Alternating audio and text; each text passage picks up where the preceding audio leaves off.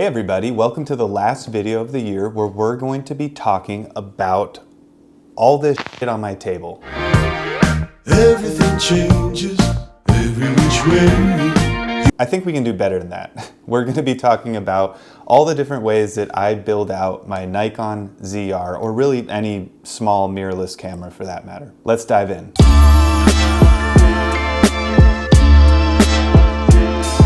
I thought this would be a fun video to make because we often talk about how cinema cameras can outperform smaller cameras like these, but we don't necessarily talk enough about the benefits of having a small camera like the Nikon ZR or any mirrorless camera. As far as image quality goes, all these cameras are just becoming closer and closer, but there's a lot of benefits to using a small camera like this. Now, I've been preaching for years that any feature film can be shot on these tiny cameras. I'm finally glad movies like The Creator came out and actually proved that to the masses. These things can absolutely function on giant Hollywood sets if you want them to. But they can also be very run and gun, very tiny, and allow you to do things with the camera that you might not be able to do if you have a full cinema rig build out. Now don't get me wrong, cinema cameras certainly have their place. If you have the budget and you have the team, they're wonderful on set. But at the end of the day, the thing that every digital camera has in common is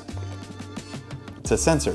They're all just sensors that are housed in different bodies. And those bodies process the sensor differently. They offer different I/O, they offer different ergonomics, and we're gonna go through how I best utilize my Nikon ZR because of how tiny it is. Spoiler, this video will not make you a better cinematographer or a better filmmaker. If you subscribe to my channel and you kind of dig through it, there's actually a lot of content on there that hopefully will improve your skills as a filmmaker and as a cinematographer. But I know you guys love gear. I love it too. This is like the adult version of unboxing a toy. And it can be useful to understand the different types of ways you can use your camera. So let's dig into how I use my ZR.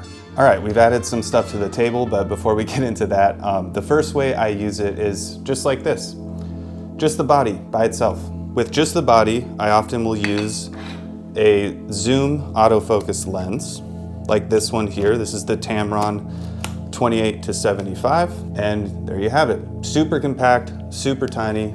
I can flip the screen out, I can go up, I can go down, I can fold it, put it on the back, and utilize the autofocus, which I don't really have to question because it is that good. And I can just travel super light. People also don't really mention how great of a photography camera this is. It doesn't have a mechanical shutter, but it does take really nice photos. So if I'm traveling or if I have a really simple job where there's not much lighting involved or it's just kind of run and gun, maybe it's an event behind the scenes or something like that, this is the setup I would go with. Very effective, very light, very easy. Now the reason I have these little dangle dongles, or whatever you want to call them, is for a neck strap. These are quick release, so it's super easy to just pop that in. And once that's in, you have your 3 points of contact, your 2 hands and your neck. This offers a lot of stability, so you can kind of use that tension to really get steady shots with your camera. You can move it any which way, up and down.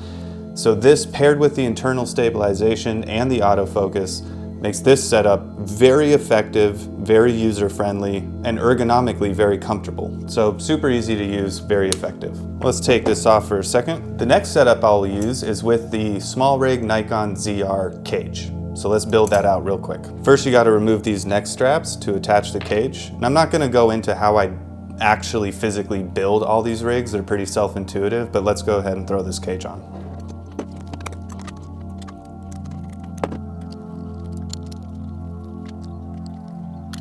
All right, so here it is with the cage on. The cage adds a lot of nice features. Obviously, you have all these different mounting points. It also extends the grip, and it keeps it really nice and flush with kind of the rubbery texture that the camera already offers. So this just adds a lot of support and a lot of different mounting points. I also like that it attaches on 3 different points of contact, obviously the bottom here, but then also into these neck straps. So this keeps it really safe in here and it's not gonna budge. And once it's on here, the other thing I might do is still attach this neck strap, but using a little more of like a quicker way to do it. So instead of looping this through the neck strap, I can actually just screw on these to any one of these mounting points. So these are all locked in here, very sturdy.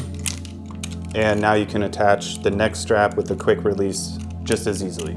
There's also an RE locating pin on the top here, so you can very quickly add a handle. I personally love this one. It's from Newer. I think it was like 30 bucks, but it has this really nice kind of silicone rubbery feel at the bottom. Very good handle. This can attach on there very easily, and now you have a nice run and gun rig, but with a handle. So that adds more mounting points, but also different points of contact. So you can go really low with it, maybe you can get a little higher. You can just kind of use the camera in different ways. You can also pop a monitor on the hot shoe here if you wanted to, and you just get a little more of a beefier setup. I might pair this with something like my vintage Canon FDs. So I have a Z to EF adapter here. We can go ahead and throw on my 50mm. This is a custom set that's been Cinevized with gears, the same front diameter, and an EF mount. And there you have it. So now we're working with a really good image quality and ergonomically very small, lightweight, friendly camera to use. And it's just kind of fun to hold. And you can of course throw this neck strap back on, which I won't do, but you guys get the idea. And then you have your 3 points of contact. You can just pull off the barrel on the lens, and you get a really nice smooth movement with this setup and the handle. All right, so let's strip this back down. And now we can get into what everyone's probably curious about. What the f is this big thing right here? This is the newest addition to my Nikon ZR builds, and I absolutely love it. So let's put this front and center here.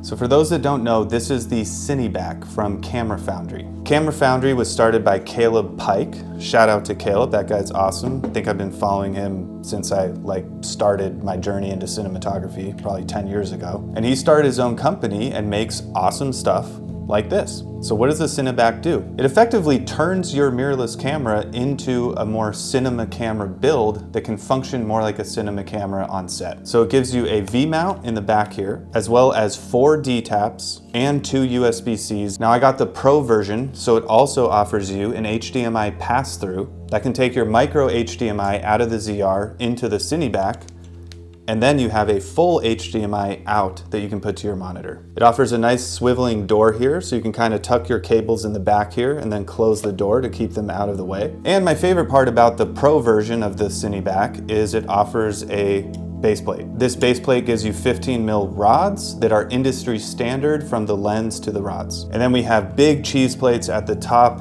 and the bottom here, so you can mount tons of things on here, and then all the dovetails and plates and anything else you would want to mount down here to attach it to tripods or gimbals or other rigs. Now how the camera connects is this foul cam quick release right here. So you can attach the corresponding base plate onto your rig right here, which we'll do right now. There you go, quick and easy. And what I love about this is that it offers 2 mounting points. That way you're not going to get any swivel on this mount. Then you simply flip out the screen, whichever way you want it. I usually keep the screen out so I still have access to the image, the menu system, etc. And you simply just slide the camera in like that. It locks. If you want additional support, you can actually lock the button here. And then when you want to pop it out, you just press down on this button and the camera slides right out. So once the camera's in here, you can really rig this thing out, which we'll do right now. The screen goes flush against this very comfortable kind of rubber backing here. So you can see there's a nice placement for the screen.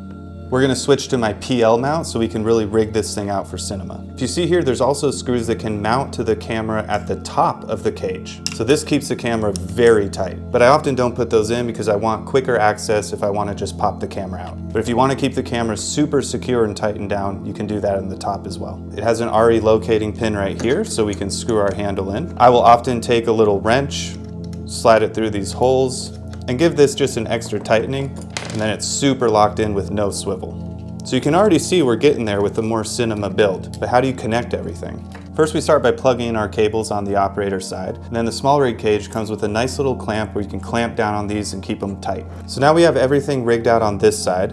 I'll probably get a smaller HDMI cable so this isn't dangling around so much, but the idea is everything's kind of tucked in nicely here, which we can still do. We can tuck this cable right into here in the back and then fold the screen over here. So now everything is tucked in super nicely and we can just close that flap and keep those cables inside of the Cineback. We have our USB-C to power the camera going into the USB-C here. We have our HDMI out going into the monitor right here. We have our second USB-C going into the monitor here to power the monitor. Then we still have 4 D-taps we can use, plus the I/O that's on the battery itself. So let's put a lens on this bad boy and power it up. So here you go. This is the Cineback fully rigged out. and it pretty much functions like a cinema camera.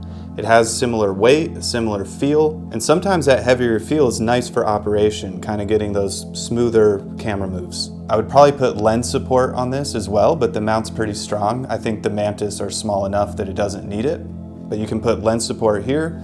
You can put a matte box on the front, which I have, but I'm too lazy to get. Sorry to rob you of that. And then once you're all set up, all you do is turn this switch on to power Cineback, and there you have it. Everything is powered up, all off this one battery. This is the SmallRig 99, which I haven't tested yet, but I'm assuming could probably run this camera, the monitor, any accessories you might have for at least, I would say, like 5 hours. I have 2 of these and they are good all day. Well, I'm using one, the other's on a charger. It's all by USB-C, very simple to use. So let's say you have other accessories. Well, I do right here have the SmallRig wireless follow focus. Side note, I can't believe this thing is, what, like $200 or under $200? Very easy to use, very intuitive. Is it the best wireless follow focus in the world? No, but I'm not a first AC, so I don't need that. But for kicks, we can rig this up too with the USB-C and get that going. This is brand new. I haven't even really opened it yet. So here's the USB-C cord it comes with. And we could go through the Cineback and make it a little cleaner, but for now we can also just go straight into the battery here to power this up. And just like that, we are calibrating the lens and we're good to go.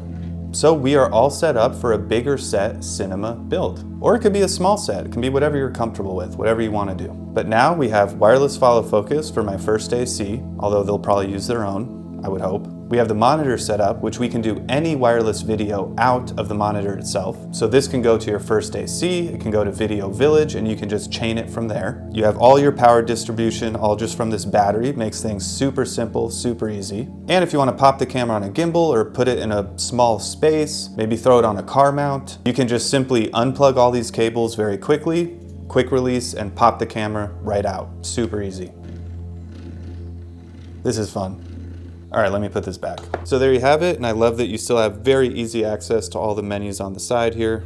And those are all the different ways that I build out my Nikon ZR, which you can see still has these quick release neck strap hooks. Because even with this build, it is often nice to throw on a neck strap and you just get those nice 3 points of contact. But with the heavier build, you can get some really smooth motion. So I hope you guys enjoyed that video. I know it was just like completely unapologetically gear focused. Quite literally. But I think it's fun to see all the different ways you can use these mirrorless cameras. When they're that tiny, you might as well take advantage of it. And as I mentioned at the beginning, at the end of the day, it's just a sensor capturing an image. So the fact that I can get a sensor that does that this well for $2,200 and use it in its tiniest form factor, which is very small, it's cool to know that I can also build it out to have a full cinema setup on set. And I just showed you a relatively simple build, but I believe you can also attach a time code box to this so you can jam sync with sound and probably a bunch of other things. I mean, like I mentioned, we still have 4 D-tap ports open here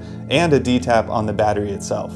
So you can power a ton more stuff with this setup. All right, I am signing out for 2025. I hope I get to see more of you guys in 2026. If you haven't already, please like the video and subscribe. We have a lot of cool upcoming videos. My review of the Canon C50 will be coming up in the next few weeks. And sometime early in 2026, we are going to directly compare digital cinema camera with film. We're gonna go through the whole process of how to shoot on film, as well as the actual differences and similarities between digital and film, and why you might choose one over the other. Plus a ton of other cool content that I wanna do in 2026. I'm really trying to grow this channel and I love making videos for you guys. So please subscribe, comment, I love conversing with you guys, and please leave me any ideas of videos you'd like to see from me in the future. I'll see you guys on the next one.